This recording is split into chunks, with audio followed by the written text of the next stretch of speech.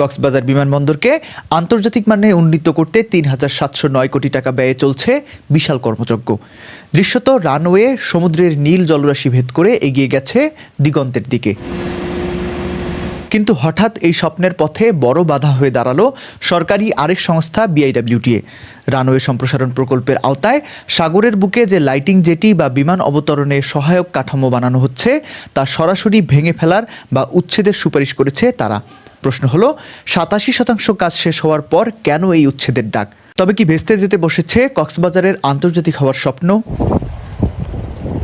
রানওয়ের শেষ প্রান্তে মহেশখালী চ্যানেলের ভেতরে বিমানের উড্ডয়ন ও অবতরণের নির্দেশনার জন্য প্রায় ১ কিলোমিটার দীর্ঘ একটি লাইট ব্রিজ বা লাইটিং জেটি নির্মাণ করা হচ্ছে।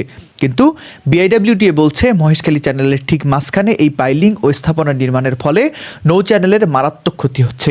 নৌপথ সংকুচিত হয়ে যাচ্ছে, যা ভবিষ্যতে জাহাজ চলাচলে বড় ঝুঁকি তৈরি করবে। গত বুধবার নৌ পরিবহন মন্ত্রণালয়ে পাঠানো এক তদন্ত প্রতিবেদনে বিআইডব্লিউটিএর চেয়ারম্যান আরিফ আহমেদ মোস্তফা স্বাক্ষর করে জানিয়েছেন, এই স্থাপনা অপসারণ বা উচ্ছেদ করতে হবে।